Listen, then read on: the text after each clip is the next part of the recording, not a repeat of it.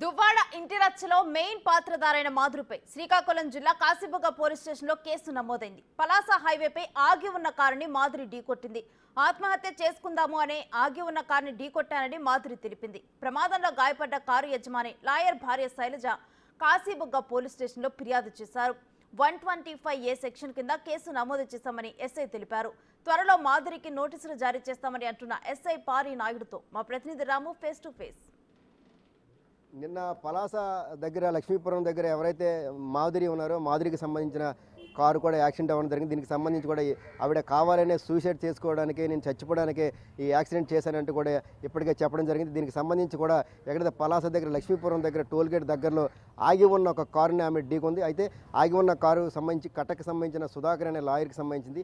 దీనికి సంబంధించి ఆయన పలాసలోని కాశీబుగ్గ స్టేషన్లో కూడా ఆయన ఫిర్యాదు చేశారు. దీనికి సంబంధించి కూడా మనతో మాట్లాడడానికి కాశీబుగ్గ సంబంధించి ఎస్ఐ పారినాయుడు ఉన్నారు. సార్, నిన్న యాక్సిడెంట్ సంబంధించి ఎలా జరిగింది, ఏ సెక్షన్ కేసు నమోదు?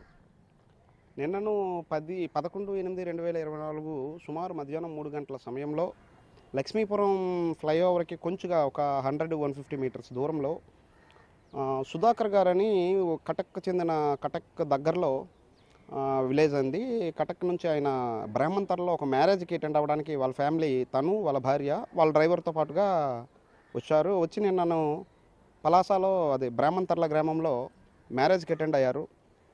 నైట్ మ్యారేజ్కి ఉండాలనే ఉద్దేశంతో వాళ్ళు పలాసలోని సూర్యయిన్ లాడ్జ్లో రూమ్ బుక్ చేసుకోవడం జరిగింది.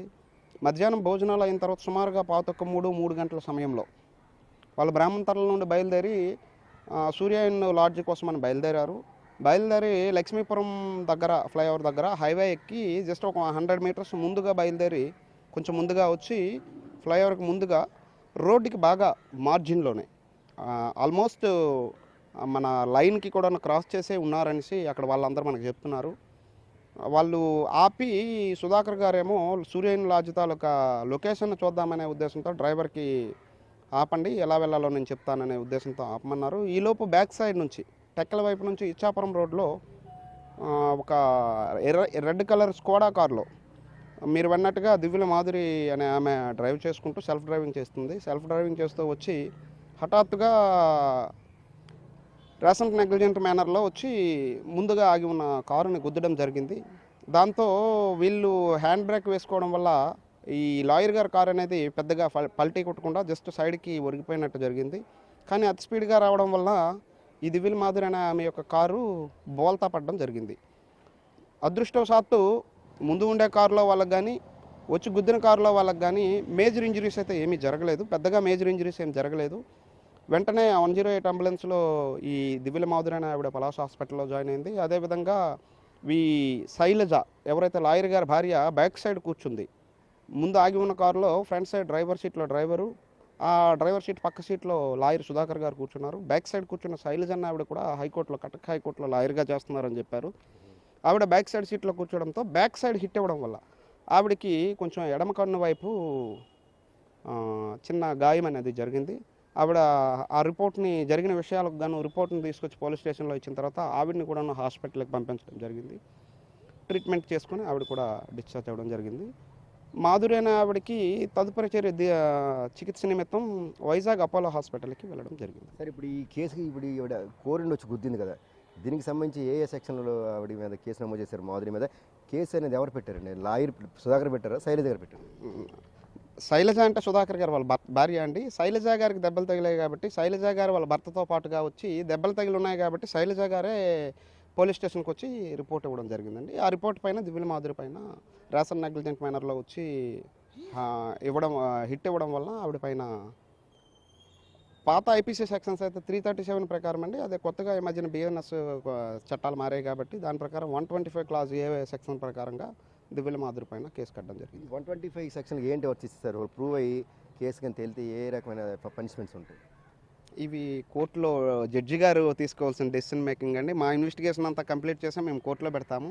దాని మీద పనిష్మెంట్ అనేది డెసిషన్ తీసుకోవాల్సింది జడ్జి గారు తీసుకుంటారు.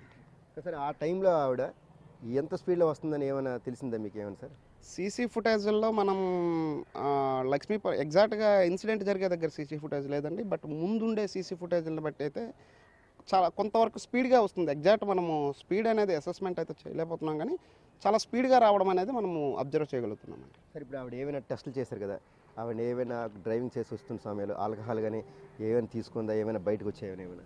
అలా కంప్లైనెంట్ మేబీ ఆల్కహాల్ తీసుకొని హిట్ ఇవ్వచ్చు అనే ఒక సస్పీషియస్ ఇచ్చేయడం వల్ల మాధురి గారు తాలూకా ఒక విల్లింగ్నెస్తోనే మనం బ్లడ్ శాంపిల్స్ తీసుకొని ఫర్దర్ ఇన్వెస్టిగేషన్ కోసం పంపించడం జరిగింది. కింద ఆవిడ చెప్తుంది మాకు పోలీసుల దగ్గరుండి మీడియా వాళ్ళు లేకుంటే బలవంతంగా చేశారంటుంది, అవి ఎంతవరకు కరెక్ట్? అది కాదండి, అదేం కాదు, బలవంతంగా తీసుకునేది ఏమి ఉండదు.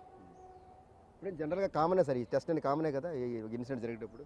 అంటే మనకి ఇన్వెస్టిగేషన్లో ఒకవేళ వాళ్ళు తాగి ఉన్నారా లేదా అనేది ఏమైనా సస్పీషియస్గానే అరేంజ్ అయినట్లయితే ఇన్వెస్టిగేషన్ పర్పస్ కోసం మేము ఏ టెస్ట్ అయినా చేయడానికి వన్ విల్లింగ్నెస్తో ఏ తీసుకుంటాం. రకమైన టెస్టులు చేశారు సార్ నిన్న ఆవిడకి, ఏమైనా మీకు అంటే ఒకవేళ ఆల్కహాలిక్ కండిషన్లో ఉన్నారేమో అని సస్పీషియస్ వలన ఆల్కహాలిక్ కాదని మనం టెస్ట్ చేయడానికి డాక్టర్ గారికి ప్రిస్క్రైబర్ అడగడానికి బ్లడ్ శాంపిల్స్ తీసుకుంటాం. సార్ నిన్న ఆవిడ పరిస్థితి ఎలా ఉంది యాక్సిడెంట్ అయిన సమయంలో, మానసిక పరిస్థితి? ఇప్పుడు ఆవిడ ఏమైనా పిలిచే అవకాశం ఉంది స్టేషన్కి? ఆవిడ ప్రజెంట్ ఎక్యూజ్డ్ అయినా కూడా ప్రజెంట్ చికిత్స చేసుకుంటుందండి. ఫస్ట్ లైఫ్ అనేది సెక్యూర్ కాబట్టి ఎక్యూజ్డ్ అయినా కూడా హాస్పిటల్కి ముందు ఆవిడ వెళ్ళింది. మేము నెక్స్ట్ ఫర్దర్ ఇన్వెస్టిగేషన్లో అవి నోటీసులు ఇవ్వడం, ఆవిడని పిలిపించడం అనేది జరుగుతుందండి. మాదిరికి కూడా నోటీసులు పంపించిన తర్వాత కూడా కేసు విచారణ కూడా జరుగుతుందనేది కూడా Kasibugga police station SI Parinaidu గారు స్పష్టం చేశారు. Video Nagarajarao, big TV news, Palasa, Srikakulam జిల్లా.